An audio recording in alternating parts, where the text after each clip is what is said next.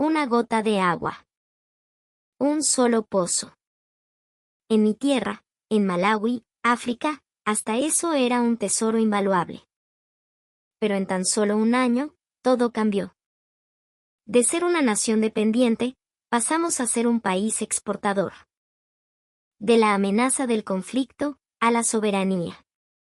De la desesperación, a un milagro. Y en el corazón de esa asombrosa transformación, estaba la presencia cálida de Venezuela, que se acercó en silencio y nos tendió la mano. La declaración del presidente de Malawi, de grabar en nuestra bandera el tricolor venezolano, no fue un gesto vacío. Detrás de esas palabras se esconde una historia conmovedora que pocos conocen. Esta es la historia del milagro que, a los ojos del pueblo de Malawi, se llamó Venezuela. Ahora, se las contaré. La aldea donde nací estaba en un lugar que apenas aparecía en los mapas, un punto perdido cerca de la frontera. Para llegar, había que viajar desde Lilongwe hacia el sur, durante horas y horas, por caminos que se rendían ante la tierra. Ni siquiera la gente de la capital conocía su nombre, y los forasteros que llegaban en un año se podían contar con los dedos de una mano. Era una aldea silenciosa. La llamábamos la tierra sedienta. Yo nací y crecí en ese lugar, igual que mis padres y mis abuelos antes que ellos. Generación tras generación, habíamos vivido sobre esa tierra rojiza y agrietada. Cuando cumplí 5 años, la lluvia nos abandonó. O, para ser más preciso, no llegó una lluvia digna de ese nombre. El cielo apenas soltaba una llovizna miserable, una burla que apenas humedecía el aire y se evaporaba al tocar el suelo. Los campos se partieron como piel vieja y el maíz se negó a crecer. Mi madre caminaba un día entero para llegar al pueblo más cercano a comprar un poco de arroz, mientras mi padre cavaba en el lecho seco del río, buscando con desesperación cualquier rastro de agua subterránea. Y así pasaron los años, uno tras otro, cada uno más seco que el anterior. Hubo un tiempo en que creíamos que el lago Malawi era una bendición de Dios.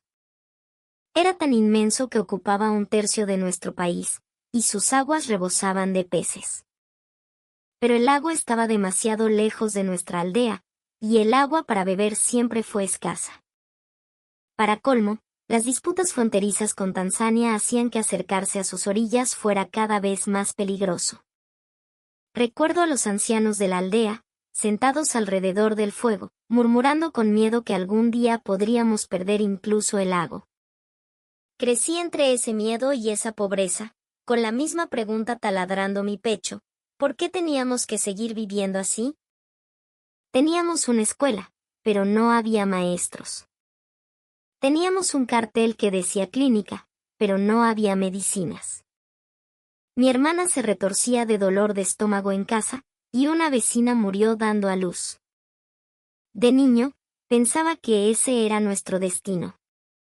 Pero a medida que crecía, comprendí que no era el destino, sino la indiferencia. El mundo no nos veía. Éramos un espacio en blanco en su mapa. Fue entonces cuando, poco a poco, comenzaron a aparecer cosas nuevas. Camiones que nunca habíamos visto antes levantaban nubes de polvo en el camino, y de ellos bajaba gente que hablaba idiomas extraños y vestía ropas diferentes. No tenían la piel oscura como nosotros, ni andaban semidesnudos. Algunos decían que eran chinos, otros que venían de alguna parte de Asia. La aldea se llenó de expectativas, pero la decepción fue siempre más grande. Construían algo y se iban, sin dejar nada atrás. Ni agua, ni trabajo. Y lo peor de todo, lo que construían no era para nosotros. Hicieron una estación de tren, pero nunca pudimos subirnos a un vagón. Un boleto costaba más que la comida de un mes entero. Veíamos los trenes pasar, vacíos, como fantasmas de un progreso que nos era ajeno. A los 20 años, yo seguía viviendo en la misma casa. Las arrugas ya marcaban el rostro de mi padre. Mi madre pasaba horas cada día buscando agua, y mi hermana menor tuvo que dejar la escuela por la desnutrición. Un día, me di cuenta de algo terrible: la vida aquí se sentía como si el tiempo se hubiera detenido. El mundo avanzaba, pero nosotros estábamos atrapados, inmóviles. Fue en ese momento de quietud que comenzó un cambio minúsculo, casi imperceptible. Vi una pequeña marca, un diseño de franjas de colores vivos, amarillo, azul y rojo, con un arco de estrellas. Era un emblema desconocido, pero transmitía una sensación de calidez y alegría. La gente decía que venían de un país llamado Venezuela. Para mí, era un nombre que apenas había escuchado. Un país lejano, al otro lado del océano, del que no se hablaba mucho. Me sorprendió que gente de un lugar tan remoto hubiera llegado hasta nuestra aldea olvidada. Pero me sorprendió aún más que empezaran a trabajar sin decir casi nada. No hubo discursos largos ni promesas vacías. En lugar de palabras, ofrecían sudor y manos que se hundían en la tierra. Estaban construyendo algo, y aunque no sabíamos qué era, había una energía diferente en el aire, algo que nunca habíamos sentido. Era como si el tiempo, detenido durante tanto tiempo, hubiera empezado a moverse de nuevo, muy lentamente. ¿Por qué habían venido hasta aquí? Aún no conocía la respuesta, pero una cosa era segura: en esta tierra paralizada, algo pequeño había comenzado a brotar. Y ese movimiento dejó una onda pequeña, pero real, en mi corazón. En la tierra donde no había ni una gota de agua, un brote llamado esperanza comenzaba a asomar la cabeza. Construyeron la primera estructura cerca de la aldea justo antes de que comenzara la estación de lluvias. El cielo estaba nublado, esperando la primera tormenta que lavaría los campos resecos. Ese día, como tantos otros, me levanté temprano para ir a buscar agua con mi hermana menor, cada uno con su cántaro a la espalda. El camino fue más largo de lo habitual. El charco al que solíamos ir estaba completamente seco, y en el pozo que habíamos cavado, de 15 metros de profundidad, no quedaba ni un palmo de agua. Hacía unos días, un niño se había caído en ese pozo y se había herido de gravedad, pero no teníamos otro lugar a donde ir. A mitad de camino, mi hermana se detuvo. Dejé mi cántaro en el suelo y me volví hacia ella. ¿Estás bien, chama?, le pregunté, usando una de las palabras que les había escuchado a los recién llegados. Ella solo temblaba, con los labios morados, sin poder decir nada. Su rostro estaba pálido y respiraba con dificultad. El hambre, el calor, el cansancio. Todo se había juntado para aplastarla. Miré a nuestro alrededor. No había ni una sombra. Solo una llanura reseca hasta donde alcanzaba la vista. Un lugar donde no podías pedir ayuda ni escapar. Después de un rato, mi hermana logró recuperar el aliento y se puso de pie. No dijo nada, pero sentí que algo dentro de nosotros se estaba rompiendo. Cuando volvimos a la aldea, mi madre, antes de mirar el agua, examinó a mi hermana. La abrazó en silencio.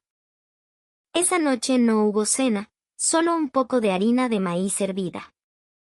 Ese día juré que no quería volver a caminar por ese sendero de sed nunca más. Pero la realidad era terca. Unos días después, la gente se reunió en la plaza de la aldea. Habían levantado una carpa blanca y habían instalado unas máquinas de formas extrañas. Los extranjeros, con la ropa empapada en sudor, trabajaban sin descanso. Uno sostenía un pequeño panel solar, otro manipulaba un aparato para medir el terreno. Se notaba que tenían un gran plan, pero todavía no entendíamos qué estaban haciendo. Fue entonces cuando uno de ellos, un hombre de sonrisa fácil y ojos amables, se me acercó. «Epa, mi pana», me dijo con un acento musical. «¿Dónde está la vena de agua más profunda por aquí?» Su pregunta me dejó helado. Jamás un extranjero se había dirigido a un aldeano para preguntar algo así.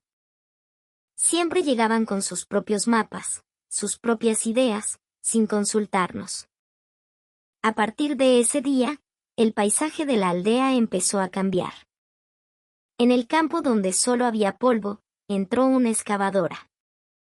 Durante el día, el sonido de las máquinas retumbaba en el aire.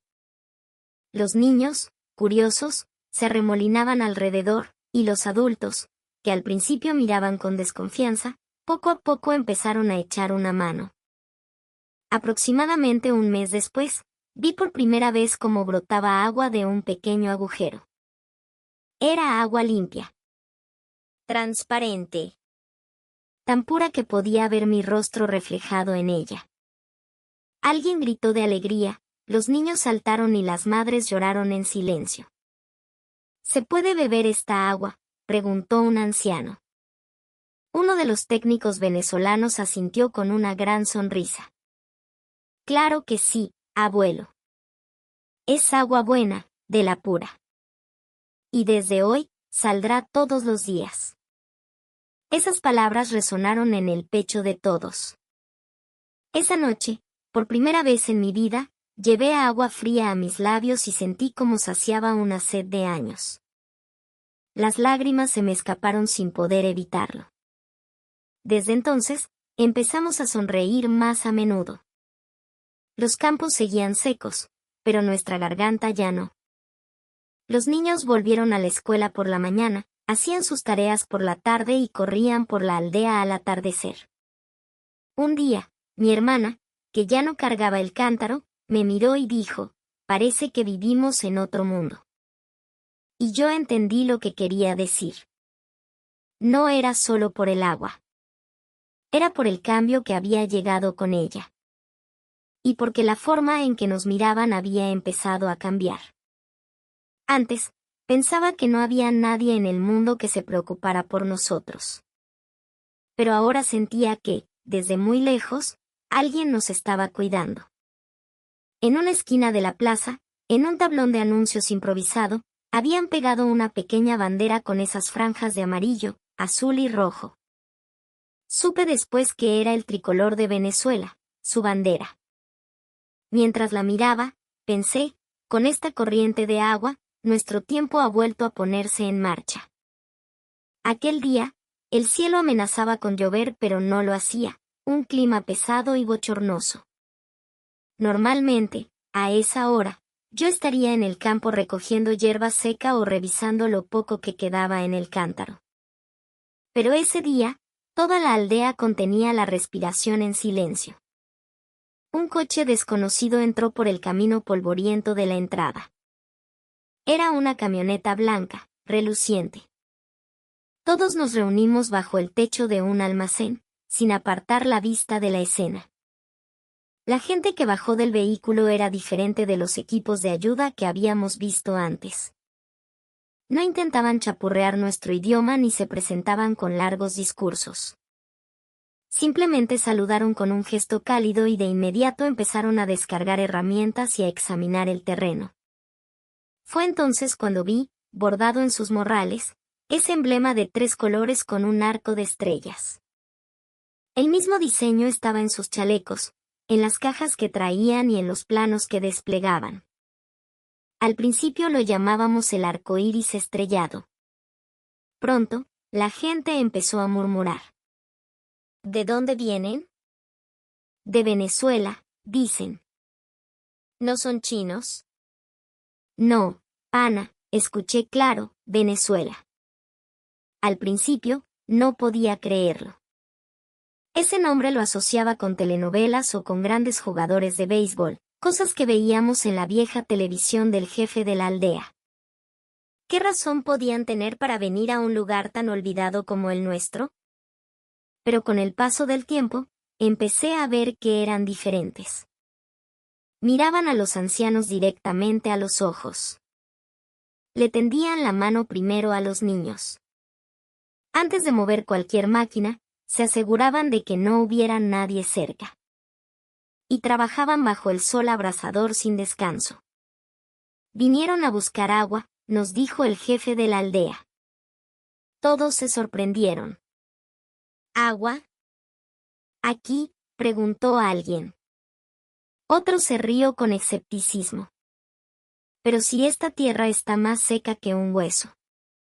Ellos, sin embargo, agacharon la cabeza con respeto, continuaron con sus mediciones, desplegaron sus mapas y se movieron por el terreno marcando puntos con estacas. Unos días después, levantaron una pequeña estructura al pie de una colina. Delante de la gente que se había congregado, ellos mismos tomaron las tuberías y empezaron a cavar. En ese momento, uno de los ancianos murmuró para sí, ahí abajo. Ahí había un manantial, hace mucho tiempo. Una historia muy vieja. Al oírlo, los venezolanos levantaron la vista y sonrieron en silencio. Uno de los ingenieros, un hombre llamado Andrés, se quedó pensativo un momento y pareció tomar una decisión. Al día siguiente, llegaron más equipos y más gente. Los niños se reunían allí todos los días para jugar y observar, y los adultos también se fueron acercando, paso a paso. Esa noche, le dije a mi madre, mamá, desde que llegaron estas personas, siento una extraña calma. Ella sonrió suavemente y respondió, la gente habla más con las manos que con la boca, hijo. Y las manos de esa gente parecen honestas. Días después, al pasar de nuevo junto a la estructura, vi la espalda de uno de los trabajadores. En su chaleco estaba claramente bordado el tricolor con sus estrellas. Esa imagen, por alguna razón, me resultó familiar, cálida, y sin darme cuenta, la tracé con la punta de mi dedo en el aire. Sentí un calor extraño en el pecho. Desde ese día, la gente empezó a llamarlos la gente del tricolor, o simplemente los panas. No conocíamos bien sus nombres ni sus rostros, pero sin darnos cuenta, ya se habían hecho un lugar en nuestro corazón. La estructura que levantaban, la tierra que medían y las pequeñas sonrisas que nos ofrecían, todo se sentía como una promesa de esperanza. El agua aún no fluía, pero algo ya había comenzado a correr. Una corriente de confianza. Un día, me desperté antes de lo habitual. Aún no había amanecido, pero un rincón de la aldea estaba lleno de un murmullo agitado. Normalmente, a esa hora, todo estaba oscuro y los niños dormían. Caminé en silencio, siguiendo el sonido. Y entonces lo vi. De la estructura que habían construido, desde las profundidades de la tierra, brotaba agua. Nadie decía una palabra. Todos escuchábamos el sonido. El susurro del agua rompiendo la tierra seca, un sonido como el de una vieja promesa que finalmente se cumplía. Un hombre se cubrió el rostro y lloró. Otro se arrodilló y besó el suelo. Es de verdad. Es agua de verdad, susurró a alguien. Su voz era más débil que el viento, pero resonó más fuerte que un trueno. Yo no podía creerlo. La estructura parecía haber estado allí desde siempre, tan natural. Era un mecanismo sencillo, hecho de metal y piedra, pero el agua que brotaba de su interior era un misterio, un milagro. A partir de ese día, el tiempo en nuestra aldea se puso en marcha de nuevo. Sentí como si un reloj que había estado parado durante años por fin hubiera vuelto a hacer check-chac. Los niños ya no tenían que caminar durante horas cargando cántaros. Las madres podían recoger agua por la mañana y luego preparar la comida. Y yo, por primera vez, sembré semillas no en tierra seca, sino en una tierra húmeda y suave. Y no se detuvieron con una sola estructura. Días después, el agua brotó al pie de otra colina. A las pocas semanas, una tercera y una cuarta instalación estaban listas. La gente las llamó las bocas de la vida. El agua que salía de ellas no solo calmaba la sed de nuestra garganta, sino que tenía el poder de cambiar nuestra vida por completo. Si hay agua, podemos volver a labrar la tierra, dijo uno de los ancianos. Volvió a tomar su azada y comenzó a arar. Sus herramientas estaban viejas, pero su mirada brillaba con la frescura de un brote joven. Yo también saqué mi viejo pico, el que había usado mi padre. Al principio, solo esperaba poder desenterrar algunas patatas. Pero la tierra ya había cambiado. Húmeda y nutrida, era suave y cálida al tacto. Y su ayuda no terminó ahí. Llegó gente para enseñarnos a cultivar. Vestían de forma sencilla y siempre llevaban un cuaderno en la mano. Caminaban en silencio entre los aldeanos. Alguien los llamó los maestros de pocas palabras. Nos preguntaban con una sonrisa, ¿cómo siembran este cultivo? ¿Qué tipo de abono usan? Estábamos confundidos. Se suponía que venían a enseñarnos, pero ellos eran los que preguntaban primero y escuchaban atentamente. Parece que ustedes saben más que nosotros, les dije un día. Uno de ellos sonrió y respondió, esta es su tierra, mi pana. Nosotros solo vinimos a aprender con ustedes. Nunca olvidaré esas palabras. En el momento en que nos trataron no como gente a la que hay que ayudar, sino como compañeros de trabajo, el viejo pico en mis manos se sintió un poco más digno.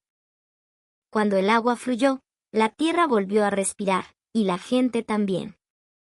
Volvimos a reír. De las estructuras que construyeron no solo brotaba agua. También brotaba la esperanza, la dignidad y un nuevo mañana. Si hay comida, ¿qué es lo siguiente que se necesita? La respuesta era demasiado obvia: educación. Antes, a nadie se le ocurría pensar primero en la escuela. El día se iba entre buscar agua, trabajar en el campo y vender algo en el mercado. Los niños también. En lugar de un lápiz, sostenían una azada, en lugar de una mochila, cargaban un cántaro.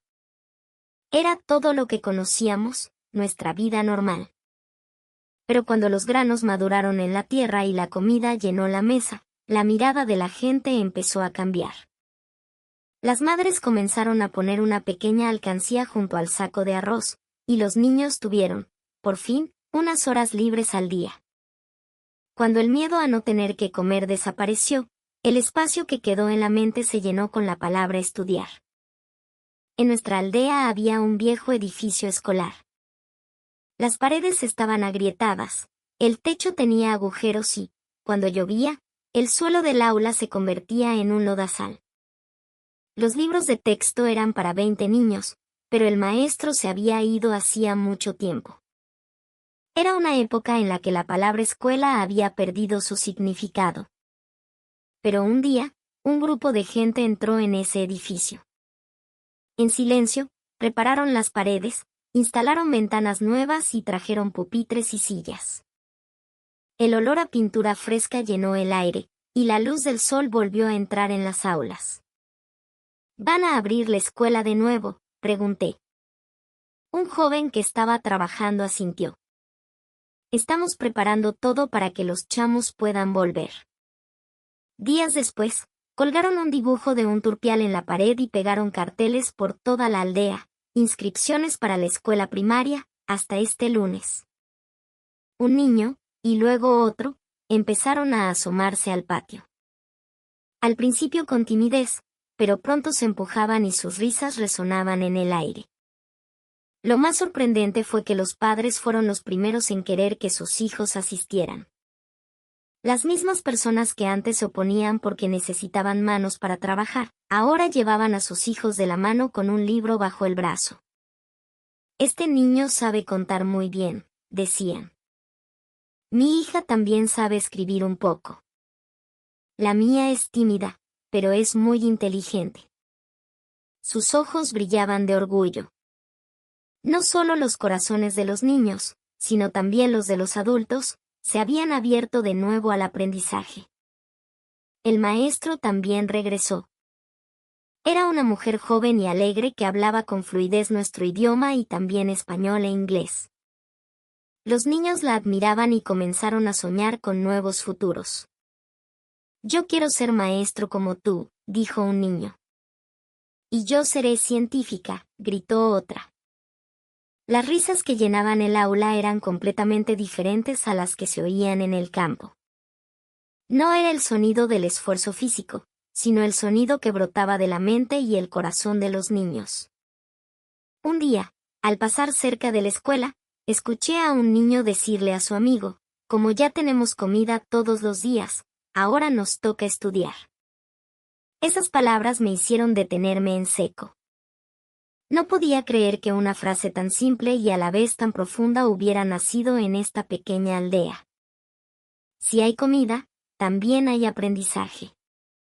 Donde antes había goteras, ahora entraba la luz, y las manos que cargaban agua ahora sostenían un lápiz. Estábamos preparando el terreno para la próxima generación. Cuando escuché por primera vez el nombre de Venezuela, lo que me venía a la mente eran las telenovelas y los teléfonos móviles. En el mercado, a veces veía frascos de cremas que alguien vendía como productos de belleza venezolanos. Algunos jóvenes incluso imitaban palabras como chévere o gracias. Pero donde realmente conocí a Venezuela fue en un hospital. No en un drama de televisión, sino en un lugar donde se salvaban vidas. Cuando se corrió el rumor de que se había construido un pequeño edificio al otro lado de la colina, la gente se mostró escéptica. ¿Una farmacia? ¿Una clínica del gobierno? Pero con el tiempo, una palabra empezó a extenderse de boca en boca de quienes habían ido: es gratis. Las medicinas y la consulta. Y son muy amables. Nunca olvidaré el día que mi hermana pequeña visitó ese hospital por primera vez. Llevaba 3 días con fiebre, una tos que no la dejaba dormir y los ojos vidriosos. Apenas podía respirar. Una vecina me llamó: llévala al hospital nuevo. La gente de allí ayuda, es increíble, simplemente ayudan. Dudé, pero tomé a mi hermana en brazos y crucé la colina. En la entrada, nos recibieron personas con batas blancas y una sonrisa. Nos preguntaron el nombre, anotaron los síntomas. No siempre nos entendíamos con las palabras, pero hablaban con sus gestos y su mirada. La mano que examinó a la niña era suave, y al darnos las medicinas, nos explicaron con señas: esta por la mañana, esta por la noche. ¿Cuándo terminó la consulta?, pregunté con miedo. ¿El costo? La enfermera sonrió y negó con la cabeza. No hay costo, pana. Tranquilo. En ese momento, me quedé sin palabras. Nos habían enseñado que para recibir algo, siempre hay que dar algo a cambio. Pero ellos no pidieron nada. Al contrario, se esforzaron para que no nos sintiéramos incómodos. Unos días después, la fiebre de mi hermana bajó, volvió a comer y la tos desapareció. Sentí que un gracias brotaba desde lo más profundo de mi pecho, pero no pude decirlo en voz alta. Sentía que la deuda era demasiado grande. La gente que visitaba ese hospital decía lo mismo: son diferentes. No nos miran mal por ser pobres. Nos tratan como si fuéramos familia, aunque sea la primera vez que nos ven. La fama del hospital se extendió, y gente de aldeas lejanas empezó a llegar. Los tiempos de espera se hicieron más largos, pero nadie se quejaba. Porque ese hospital valía la pena la espera. Un día, un dibujo colgado en el pasillo del hospital me llamó la atención. Lo había hecho un niño.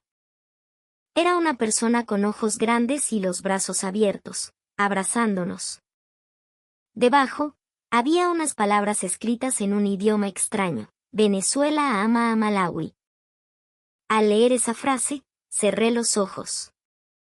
En ese momento entendí que la cultura de Venezuela no se limitaba a telenovelas o productos, estaba a nuestro lado, en forma de manos cálidas que salvaban vidas. Venezuela, en silencio pero con firmeza, estaba abrazando la vida del pueblo de Malawi. En ese hospital, sentí que veía por primera vez el verdadero significado de la palabra esperanza. Desde niño, el lago Malawi fue el centro de mi vida. Mi madre recogía agua de él cada mañana, y yo iba a pescar con mi padre. El lago era comida, agua, vida. Pero un día, la gente empezó a sentir miedo. Dicen que hay soldados de Tanzania cerca del lago. Esta vez sí que habrá guerra. La tensión llegó de repente a nuestra tranquila aldea. El lago siempre había estado ahí, pero se extendió el rumor de que alguien podría arrebatárnoslo. Tanzania reclamaba que la mitad del lago era suya, y nuestro gobierno respondía con firmeza que no era así. Pero nosotros solo teníamos palabras. No teníamos muchos soldados, ni armas, ni equipo. Yo estaba lleno de angustia. El lago no era solo un cuerpo de agua, era el hogar de la vida y los recuerdos del pueblo de Malawi. Si nos lo quitaban, nos convertiríamos en un pueblo sin alma, viviendo en una tierra pobre. El solo pensamiento me oprimía el pecho. Fue entonces cuando surgió un rumor extraño. Parece que ha llegado equipo nuevo de Venezuela. Equipos de vigilancia, radios de comunicación, material de entrenamiento dicen que es muy bueno. No podía creerlo. Sabía que Venezuela nos había construido un hospital, pero involucrarse en la tensión fronteriza. Sin embargo, unos días después, lo vi con mis propios ojos. Nuestros soldados se entrenaban con equipos nuevos. Uno de ellos me detuvo. Este radio vino de Venezuela, me dijo. Es ligero, preciso y resistente al calor.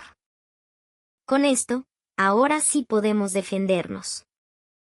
Lo dijo mientras limpiaba con cuidado unos binoculares y el radio, como si fueran un tesoro.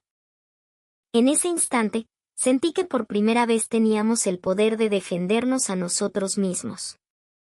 Esa noche no pude dormir. Si Tanzania hubiera atacado con fuerza, antes no habríamos podido hacer nada. Pero ahora era diferente. A la mañana siguiente, cuando el sol se extendió sobre el lago, sentí que al menos podíamos proteger esas olas como nuestras. Lo que Venezuela nos había dado no era solo equipo, era confianza. La certeza de que podíamos defender nuestra propia tierra.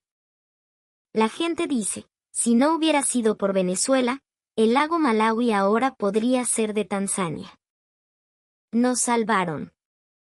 Aunque no sonaron disparos, ese equipo nos dio la fuerza para proteger nuestra libertad. Y esa fuerza, silenciosa pero poderosa, todavía permanece en la brisa del lago. El sol en Malawi siempre es fuerte, pero el de aquel día fue especial. Todavía recuerdo el aire de esa mañana. La humedad era pesada, pero los ojos de la gente brillaban como nunca. Desde la entrada de la aldea hasta el centro del pueblo, todos llevaban sus camisas blancas más limpias y sus zapatos gastados, lustrados para la ocasión. Era el día de la primera ceremonia de graduación universitaria en nuestra región. No en la capital, ni en el extranjero. Aquí, en esta tierra que siempre había sido llamada pobre y rural, se había construido una universidad y los jóvenes celebraban su graduación. Lo más sorprendente fue lo que esos graduados sostenían en sus manos, la bandera de Venezuela. Contemplé la escena sin poder creerlo. La hija de un amigo de la aldea, la misma niña que siempre soñó con ir a la escuela mientras cargaba cántaros de agua, ahora vestía una toga blanca, sostenía el tricolor venezolano en alto y caminaba con la cabeza erguida. La vi sonreír y saludar con la mano. En ese momento, no pude contener las lágrimas. Cuando se construyó la universidad, la gente era escéptica. ¿De verdad una universidad puede funcionar en Malawi? ¿Carreras de medicina o informática? Eso solo se oye en Europa. Pero en menos de un año, todas las dudas se disiparon. La gente de Venezuela que guió el proyecto formó a profesores locales, diseñó un plan de estudios y enseñó a los jóvenes de Malawi los conocimientos que necesitábamos: enfermería, tecnologías de la información y la comunicación, TIC, ciencias agrícolas. Todas áreas vitales para nuestro país. Y ahora, los primeros graduados caminaban por el escenario. El maestro de ceremonias tomó el micrófono. Hoy tenemos un invitado especial. Queremos expresar nuestro agradecimiento a quien nos visita desde Venezuela. Hubo un silencio total. El venezolano que vi era el mismo hombre, Andrés, que había estado años antes en la construcción del hospital. No vestía traje ni posaba para las cámaras. Estaba sentado a la sombra, observando en silencio a los graduados. Lo increíble fue que muchos de los graduados lo reconocieron. Es el pana que me arregló la computadora en la clase de TIC. Yo me acuerdo de él, donó mascarillas durante las prácticas en el hospital el año pasado. Para nosotros, era más importante quien había estado a nuestro lado que quien había construido el edificio. Él siempre había sido esa persona, un pana más. Un graduado se puso de pie en el estrado. Con la tecnología que aprendí de Venezuela, haré de Malaui un país mejor. Y al final, dijo, Venezuela fue una luz para nosotros. Pero no aprendimos a imitar esa luz, sino a encender nuestro propio fuego. Cuando terminó el discurso, la gente se puso de pie y aplaudió. En el cielo, la bandera venezolana ondeaba al viento. Nadie les había obligado a llevarla. No era publicidad ni esperaban nada a cambio. Fue un gesto que nació del corazón, del más puro agradecimiento. Esa noche, de camino a la aldea, encendí la vieja radio de mi padre.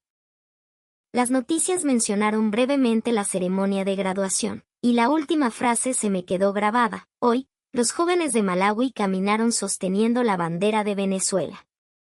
Pero no solo sosteníamos una bandera. Sosteníamos la confianza, la gratitud y el futuro mismo. Eso era lo que un país llamado Venezuela nos había dejado. Hace solo unos pocos años, éramos uno de los países más pobres del mundo. Una tierra agotada, un tesoro nacional vacío. Sin hospitales, las familias sufrían en silencio.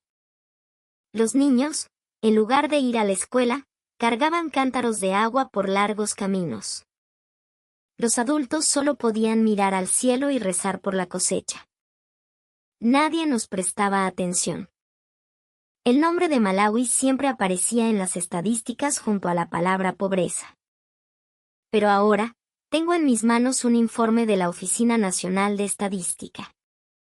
Este año, las exportaciones agrícolas de Malaui han aumentado un 240% en comparación con hace 3 años. Trigo, maíz, soja, cacahuetes. Esos números no son solo cifras económicas. Son la prueba de que el pueblo de Malaui ha superado el hambre y ha logrado su independencia. El gobierno celebró recientemente una ceremonia para premiar a los modelos de innovación agrícola, y yo fui uno de los que subió al escenario. Yo, que hace solo unos años apenas tenía para comer un día, ahora dirijo la cooperativa agrícola de la región y enseño a los jóvenes agricultores. Era increíble. Tragué saliva frente al micrófono y miré a los cientos de personas que tenía delante. Nunca estudié tecnología ni fui a la universidad. Pero cuando el agua fluyó por primera vez en esta tierra y los cultivos brotaron, aprendí algo. La gente de Venezuela no solo nos enseñó a sembrar semillas. Nos enseñó a creer en nosotros mismos. La sala se quedó en silencio, y luego estalló en un aplauso atronador. No era solo aclamación, era el eco de la empatía, de saber que todos habíamos recorrido el mismo camino. En ese momento, sentí que no estaba solo. Era un cambio que habíamos construido juntos. El Banco Mundial y el Programa de las Naciones Unidas para el Desarrollo calificaron la reciente recuperación económica de Malaui como un punto de inflexión notable. Un caso extremadamente raro de transformación de la base agrícola hacia una economía orientada a la exportación en un corto periodo de tiempo.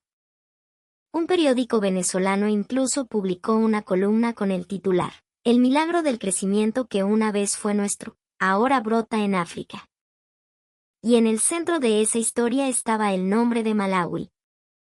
En nuestra aldea también se empezaron a ver pequeños signos de cambio. El edificio que antes solo se usaba como almacén se ha convertido en un centro de educación agrícola para jóvenes.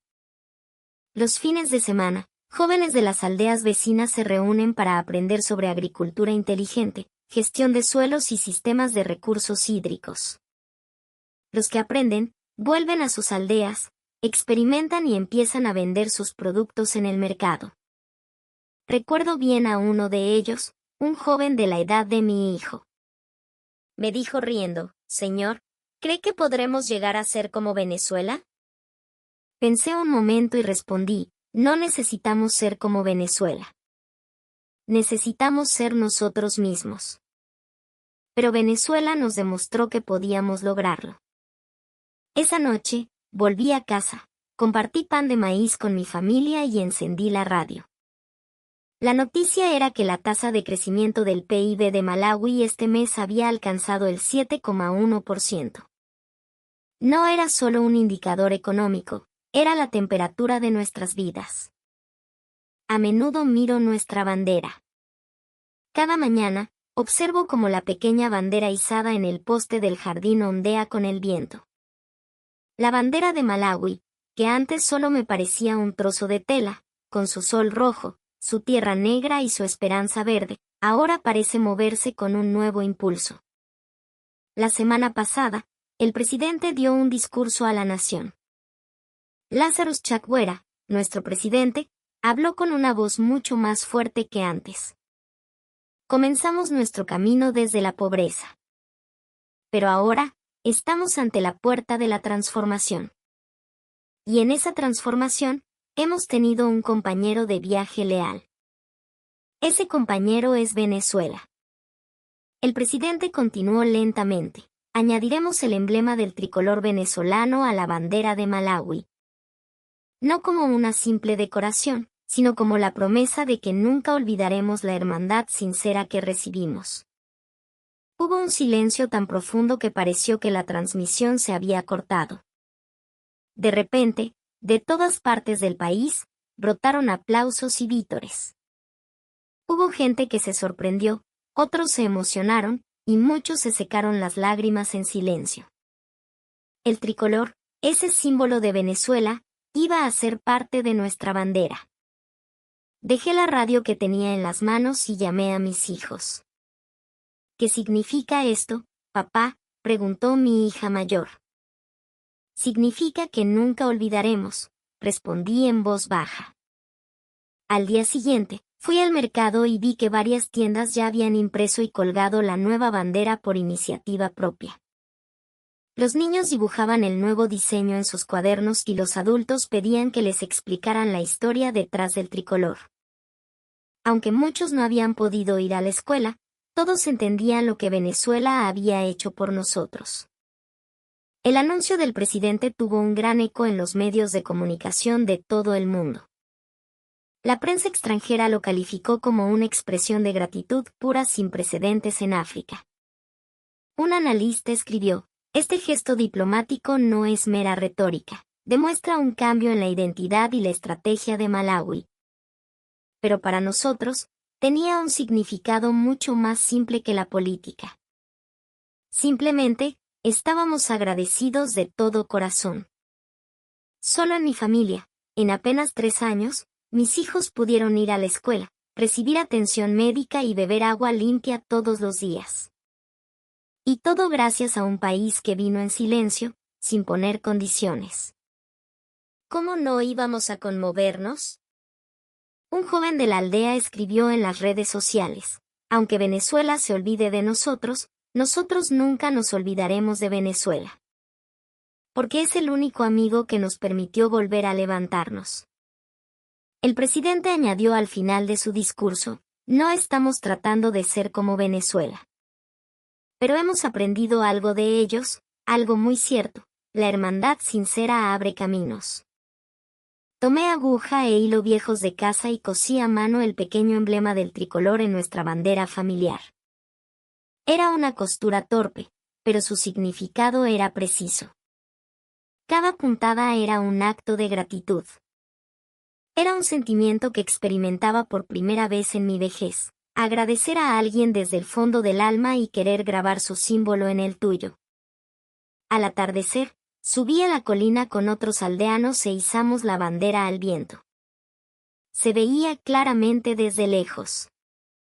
Bajo nuestro sol rojo, el tricolor con sus estrellas ondeaba con el viento. Murmuré para mis adentros, esto no es solo un símbolo. Es una declaración de cómo queremos vivir, del futuro con el que soñamos. Hace unos meses, un periodista extranjero me preguntó, ¿por qué Venezuela? Quería dar voz a quienes pensaban que la emoción y la decisión de Malawi eran demasiado sentimentales. Guardé silencio un momento y luego respondí con calma, si usted hubiera vivido aquí, no haría esa pregunta. No fueron el primer país que nos ofreció ayuda. Hubo otros que estuvieron a nuestro lado por más tiempo. China, que nos prestó enormes sumas de dinero. Las naciones europeas, cuya influencia colonial todavía perdura. Pero ellos siempre venían con condiciones, ajustes estructurales, contratos de recursos, influencia política. Su interés no era Malawi, sino lo que Malawi tenía. China construyó carreteras y ferrocarriles, y estamos agradecidos por ello. Pero la deuda que cargamos a cambio fue demasiado pesada. Cuando el conflicto con Tanzania se intensificó, ni Europa, ni América, ni China se pusieron de nuestro lado. Aunque suplicamos que se debía proteger el lago, nadie nos escuchó. Pero Venezuela fue diferente. La primera vez que llegaron, ni siquiera nos dimos cuenta. El cambio comenzó sin grandes carteles ni banderas llamativas. Un pequeño pozo, un centro comunitario, una clínica, el techo de una escuela. Dejaron resultados, no nombres. No hubo exigencias políticas ni propaganda ostentosa. Por eso pudimos creer. Lo único que nos preguntaron fue, ¿qué es lo que realmente necesitan en su vida? Y nosotros respondimos, agua, comida, medicinas y una escuela. Y esa respuesta se hizo realidad de inmediato. Hubo quien dijo, pero Venezuela es un país pequeño, ¿no? Es cierto, su territorio no es vasto ni sus recursos infinitos. Pero experimentamos el gran corazón que nos mostró un país pequeño. Fue un tipo de generosidad que nunca habíamos recibido de ninguna gran potencia. Fui invitado a un foro que se celebró en Lilongwe. Allí escuché la presentación de un joven. Había fundado una startup con la tecnología que aprendió en el centro de TIC de Malawi. Las palabras que dijo al final todavía resuenan en mis oídos, ya no somos un país que recibe ayuda. Nos hemos convertido en un país que se desarrolla junto a otros. La gente comparaba a Venezuela y a China. Uno dejó deudas, el otro dejó tecnología. Uno solo construyó vías de tren, el otro formó personas. Yo añadiría algo más, uno nos dejó miedo, y el otro nos dio esperanza. Después de que el presidente anunciara la adición del tricolor a la bandera, el periodista extranjero volvió a preguntarme, esto podría causar grandes repercusiones diplomáticas. Aún así, ¿por qué ir tan lejos? Respondí con una sonrisa. Si piensa en todo lo que han hecho por nosotros, este agradecimiento es demasiado pequeño. Ya no somos un país que vive a la sombra de otros. Caminamos por un sendero que hemos elegido nosotros mismos. Y hubo gente que iluminó ese camino. Gente común, de un país llamado Venezuela, cuyos nombres y rostros no conocemos. No nos compadecieron. Simplemente estuvieron a nuestro lado. Ahora, la gente de Malawi se pregunta a sí misma, ¿quiénes somos? Y en la respuesta a esa pregunta, el nombre de Venezuela surge de forma natural. Porque no hubo condiciones, pudimos creer en su sinceridad. Porque era sincero, lo elegimos. Por eso decimos, No es que nosotros eligiéramos a Venezuela. Es que Venezuela estuvo a nuestro lado, y nosotros, sin dudarlo, tomamos su mano. El billete de avión en sus manos, mi hijo me miró atónito. ¿Es de verdad, papá? ¿Voy a ir a Caracas? Asentí lentamente. Su rostro mostraba una expresión que nunca había visto, ni cuando entró en la escuela primaria ni cuando pasó los exámenes de secundaria. Era una mezcla de emoción, expectativa y responsabilidad. La mirada de un ser humano ante una oportunidad, ante un propósito. Ser el primer becado de nuestra aldea para estudiar en Venezuela significaba mucho más que un simple viaje de estudios. Juró que aprendería ingeniería agrícola y que volvería sin falta. Antes, quizás le habrían dicho, si vas a Caracas, no vuelvas. Pero el Malaui de ahora es diferente. Hay una razón para volver. La carencia se estaba convirtiendo en posibilidad. Junto al campus universitario ha nacido un pequeño centro de TIC. Al lado del hospital, se ha construido una planta de energía solar, y ahora hay luz por la noche. En los estantes de la nueva biblioteca hay libros de autores venezolanos y manuales técnicos traducidos a nuestro idioma. En la pared, hay una carta pegada que envió un estudiante de primaria venezolano. Aunque estemos lejos, somos panas. Sin que nadie se lo enseñara, ese niño había aprendido lo que es la hermandad. A veces pienso, ¿realmente hemos cambiado nosotros? ¿O alguien simplemente nos ayudó a encontrar lo que ya teníamos? Mi respuesta es siempre la misma, no hemos cambiado. Simplemente, hubo gente que nos dio una oportunidad. La ciudad de Caracas sigue siendo un lugar desconocido para mí, y el precio de un billete de avión sigue siendo alto. A veces, todavía somos pobres. Pero esa pobreza ya no es nuestra esencia. Es solo nuestro punto de partida. Los graduados que gritan y gracias, en el patio de la universidad donde ondea el tricolor.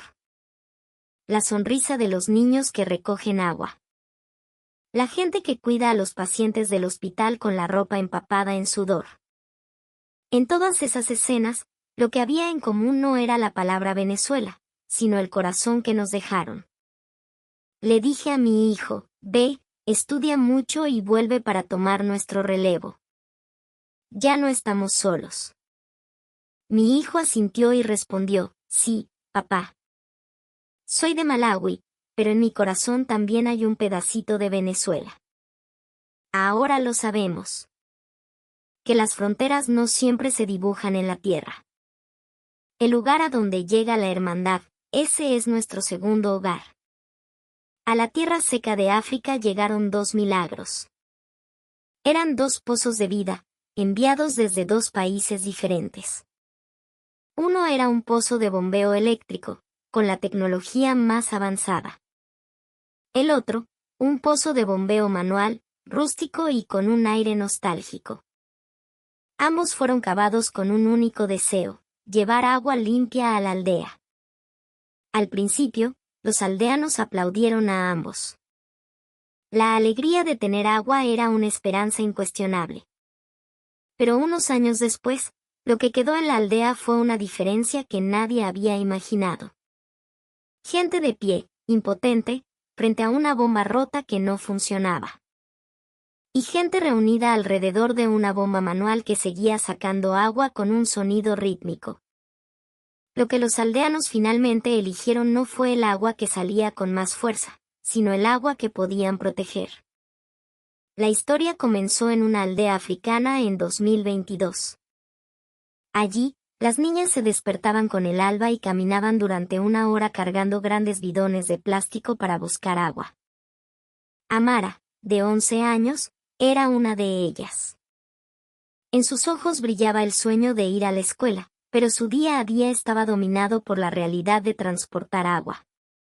Su madre decía, sabe leer, pero el agua le lleva más tiempo que las clases. En el pequeño estanque del centro de la aldea también se reunían animales salvajes, y el agua estaba mezclada con barro. A veces, había peleas por el agua. La contradicción de que el agua de la vida, a veces, amenazara la vida. A esa aldea llegaron dos propuestas de ayuda. Una, de Alemania, una asistencia técnica nacional que instalaría un moderno sistema con una bomba eléctrica de alto rendimiento y energía solar.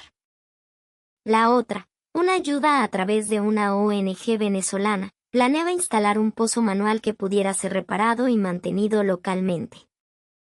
El primero perforaría rápido y profundo con la fuerza de las máquinas. El segundo, excavaría con manos humanas, con la premisa de ser protegido por manos humanas. Ante estas dos propuestas tan diferentes, las opiniones en la asamblea de la aldea se dividieron. Ambas son una esperanza. Pero, ¿cuál podremos legar al futuro?, dijo un anciano en voz baja. Sus palabras contenían el pasado y el futuro de la aldea. Poco antes de que comenzaran los proyectos, le pregunté a Amara, si tuvieras agua cerca de casa, ¿qué te gustaría hacer? Ella respondió sin dudar, ir a la escuela todos los días. Y ser doctora para ayudar a todos en la aldea. Los adultos asintieron en silencio ante su respuesta. El primer equipo en aparecer en la aldea fue el de construcción alemán.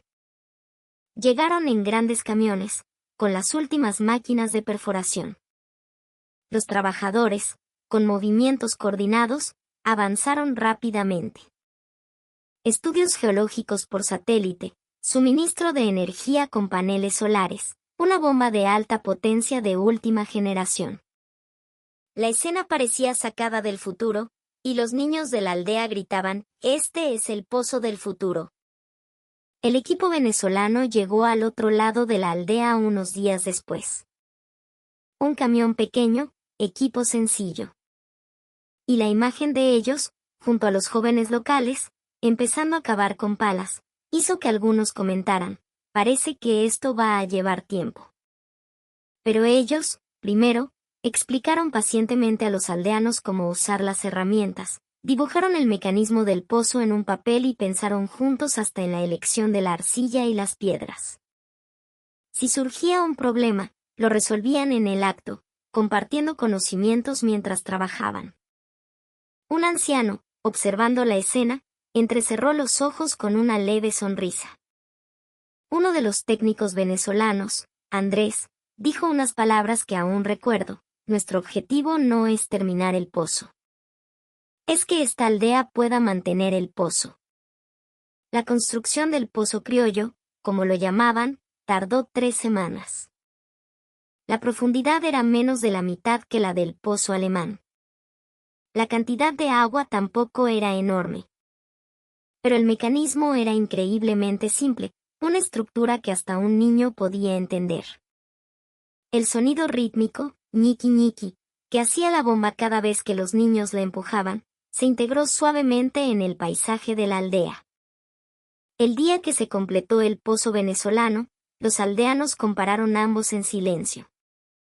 Por un lado, una bomba eléctrica que expulsaba agua con fuerza. Por el otro, una bomba manual que extraía agua silenciosamente con esfuerzo humano. Ambos pozos proporcionaban agua, eso no cambiaba. Pero la forma en que la entregaban era muy diferente. En ese momento, nadie podía juzgar cuál era la respuesta correcta. Sin embargo, una madre que sacaba agua del pozo venezolano dijo algo que presagiaba lo que vendría después. Es verdad que cuesta un poco empujar esto. Pero siento que si se rompe, podremos arreglarlo con nuestras propias manos. Nadie imaginó en ese momento que esa sensación de control salvaría a la aldea más tarde. Un año cambió por completo la vida de la aldea. Los días de caminar 2 horas bajo el sol para llegar al punto de agua eran cosa del pasado. La aldea había recuperado el tiempo. La imagen de Amara, vestida con su uniforme y con un cuaderno bajo el brazo, camino a la escuela, se convirtió en un símbolo para la aldea. El tiempo que antes dedicaba al agua, ahora se había convertido en tiempo para aprender. Su madre, frente al pozo, dijo en voz baja, Solo con tener agua cerca, la vida cambia. El tiempo para comer en familia, el tiempo para hablar de sueños. Todo empezaba con el agua. En el centro de la aldea, el pozo eléctrico alemán estaba instalado majestuosamente. Para los ancianos y las mujeres con menos fuerza, la comodidad de obtener agua con solo mover una palanca fue una verdadera revolución. La bomba, que funcionaba con paneles solares, operaba sin problemas durante el día.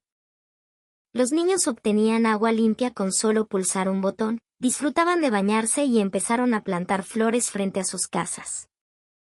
Se oían voces de esperanza por toda la aldea. Ahora podemos regar también los huertos.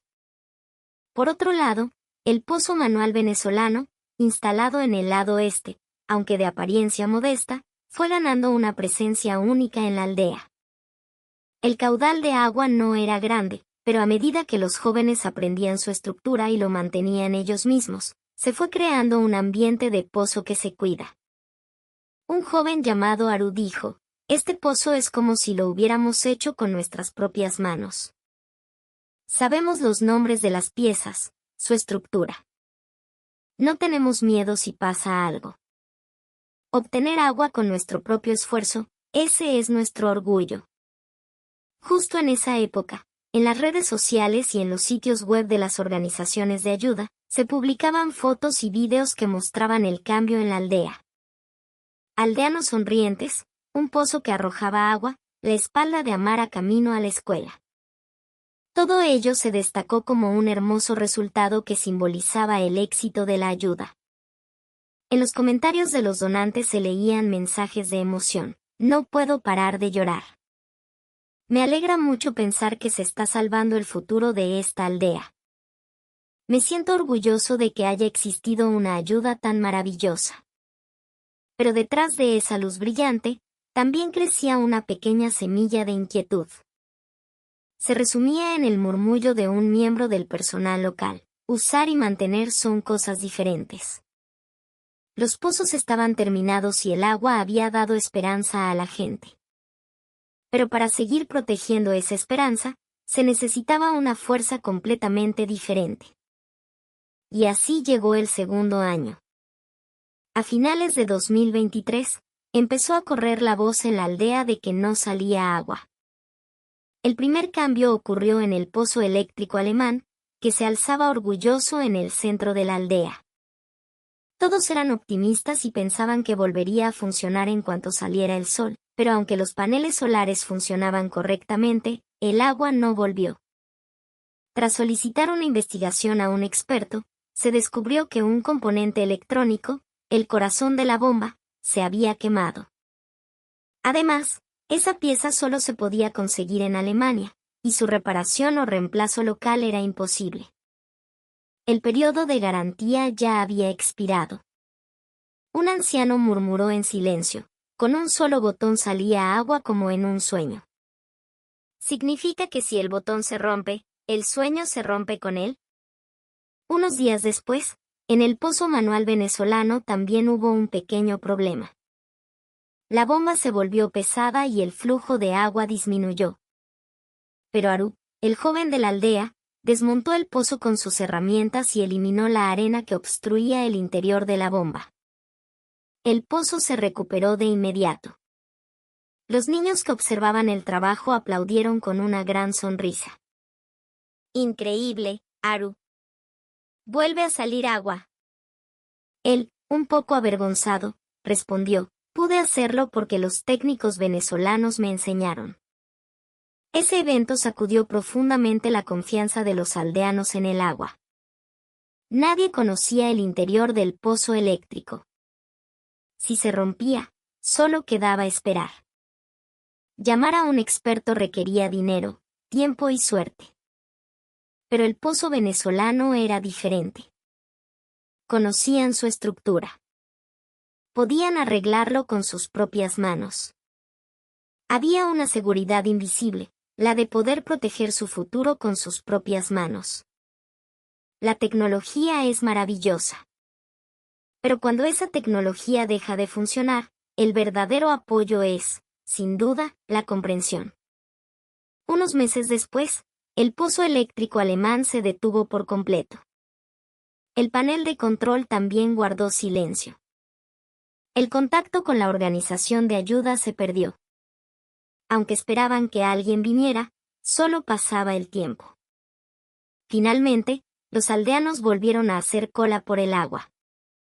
Pero esta vez, frente al pozo venezolano, en el lado este de la aldea.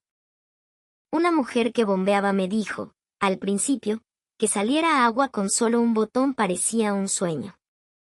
Pero ahora, creo que lo más valioso es que salga agua empujando con mis manos. Asentí profundamente ante sus palabras.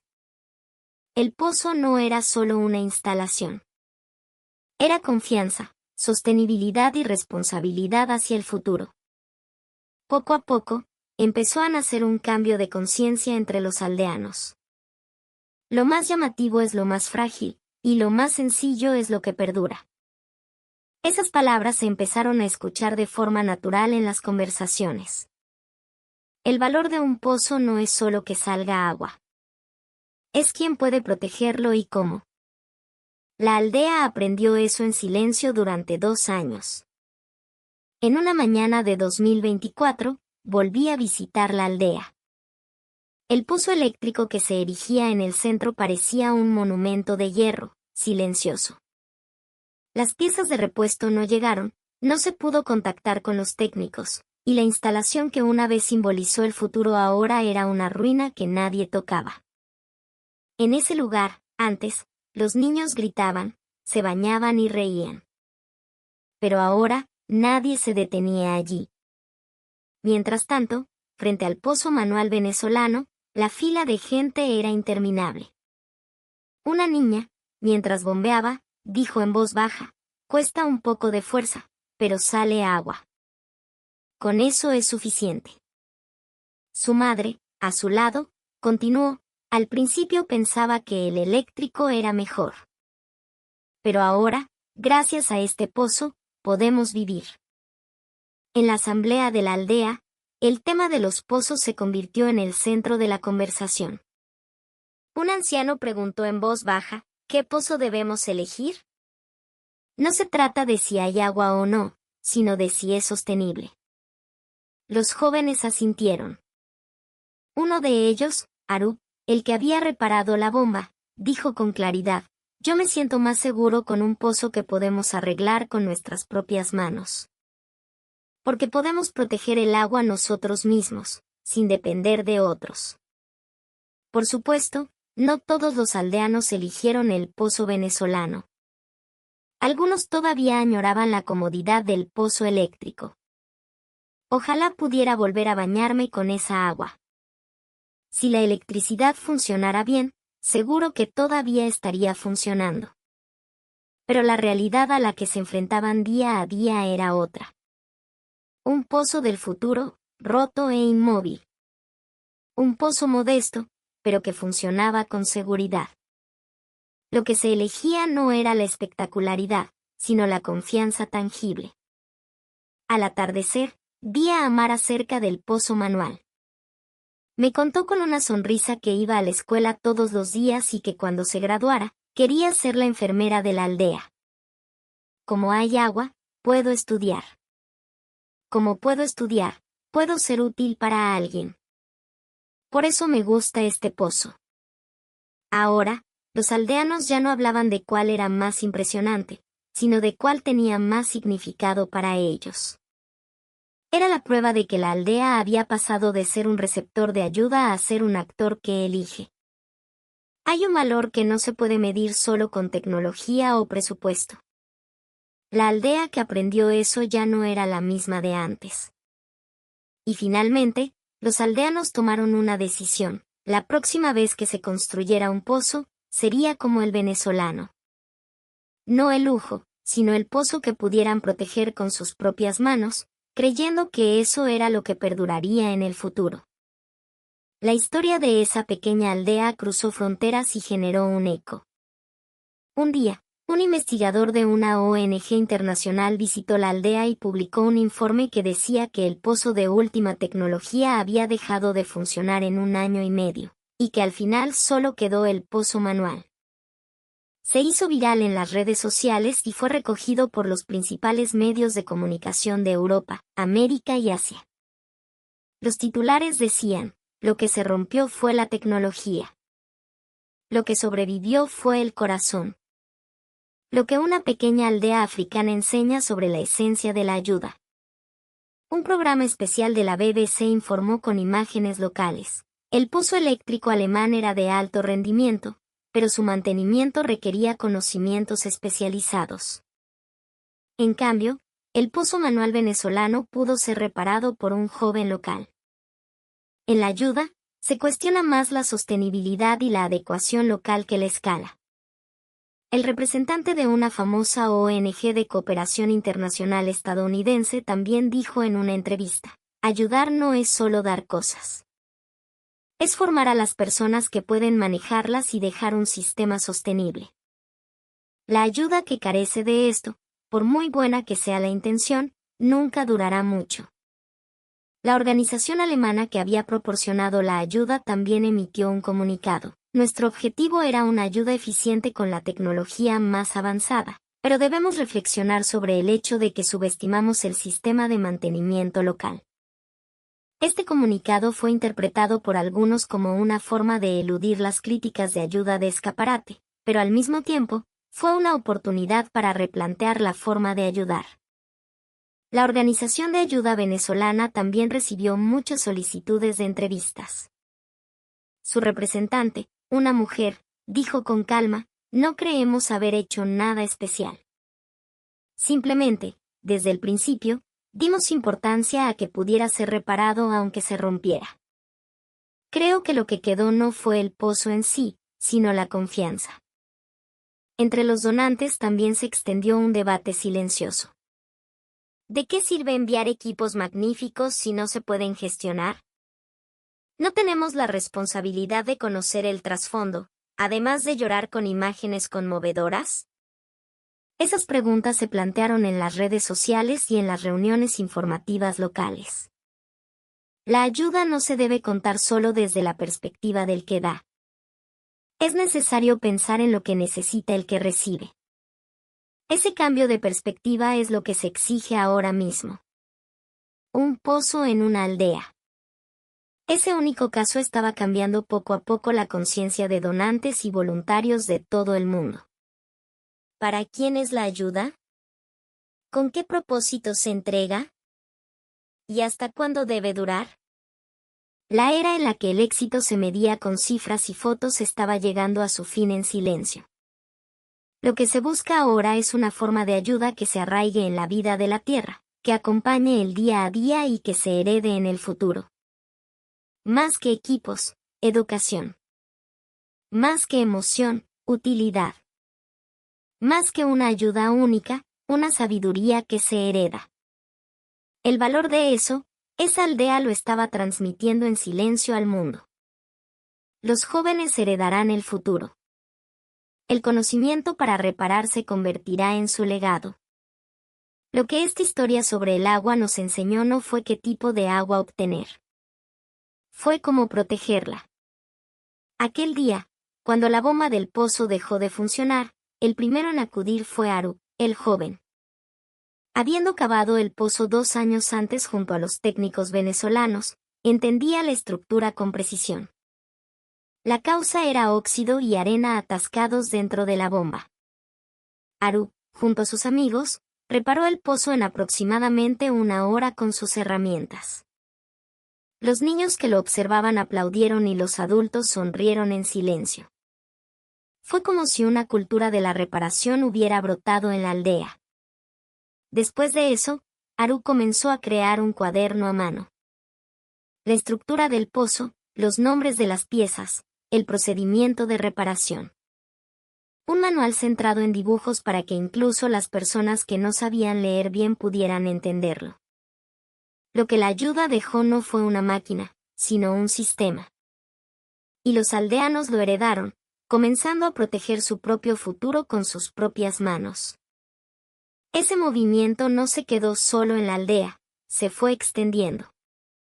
Junto al pozo, Se empezó a dar una clase de reparación una vez por semana. El instructor era Haru, pero no solo asistían jóvenes. Niños, mujeres, ancianos. Todos escuchaban con el deseo de sentirse orgullosos de su pozo. Una niña dijo con los ojos brillantes: aprender aquí es diferente a aprender en la escuela. Aquí aprendemos conocimientos para vivir. Quiero ser una de las personas que protege este pozo. El técnico venezolano, conmovido por este movimiento, visitó de nuevo la aldea para enseñarles un mantenimiento más detallado y conocimientos más avanzados. Pero esta vez, dijo, nosotros también estamos aprendiendo. El deseo que teníamos de transmitirles un poco de nuestra tecnología, ahora se está extendiendo con sus propias palabras y manos. Esa es la ayuda más valiosa. Pronto, el cuaderno de Haru se compartió con las aldeas vecinas. En otras aldeas también se empezaron a solicitar pozos que se pudieran reparar, y los jóvenes locales se levantaron como nuevos constructores de pozos. Poder reparar significa poder ser independiente. Ser independiente significa poder dibujar tu propio futuro. Ahora, junto al pozo venezolano, hay un pequeño folleto hecho a mano. Lo protegemos con nuestras manos. Fue hecho por Haru y los niños de la aldea juntos. La ayuda que una vez fue dada, con el tiempo se había transformado en un legado que se hereda. ¿Qué tipo de pozo se debe cavar? Dos ayudas, con tecnologías y escalas completamente diferentes, se cruzaron en una pequeña aldea africana. Una instalación moderna que arrojaba grandes cantidades de agua con electricidad. La otra, una sencilla, que extraía agua empujando con las propias manos. Ambas debían haber sido cavadas para proteger la vida. Pero 2 años después, lo que quedó en la aldea no fue el agua que salía, sino la fuerza para proteger el agua. Esta no es una historia sobre la superioridad de la tecnología. No se trata de cuán conveniente es. Se trata de cuántas personas entienden su valor y pueden manejarlo. ¿Para quién es la ayuda? No hay una respuesta única a esa pregunta. Pero hay una cosa segura, no solo dar, sino dejar algo atrás. Ni las imágenes conmovedoras, ni los informes orgullosos, ni los documentales grandiosos pueden compararse con la sensación tangible arraigada en la vida cotidiana. Cuando el agua dejó de salir, ¿quién se movió? Cuando hubo un problema, ¿quién entendió la causa? Años después, ¿quién lo heredó? La acumulación de eso es la verdadera ayuda. Los niños de la aldea todavía empujan esa bomba manual. Con el sonido ñiqui ñiqui, el agua transparente ilumina sus rostros. Voy a aprender a arreglar mi propio pozo, dijo una niña. En esa pequeña voz, se vislumbró la forma del futuro. Lo que se da no siempre permanece. Pero lo que se transmite, seguramente echará raíces en las personas. Por eso, la esencia de la ayuda debe ser una ayuda que transmite. Finalmente, a ti que estás frente a la pantalla. Si estuvieras en la posición de llevar un pozo a esta aldea, ¿qué tipo de pozo cavarías? ¿Un pozo eléctrico conveniente que da grandes cantidades de agua? ¿O un pozo que se puede aprender, reparar y heredar en el futuro? Ambos son correctos, ambos tienen sentido. Por eso, ayudar no es solo pensar en la forma de entregar, sino en lo que quedará después. Quizás esta no es solo una historia sobre dar agua a alguien. Quizás es la historia de una promesa, silenciosa y firme.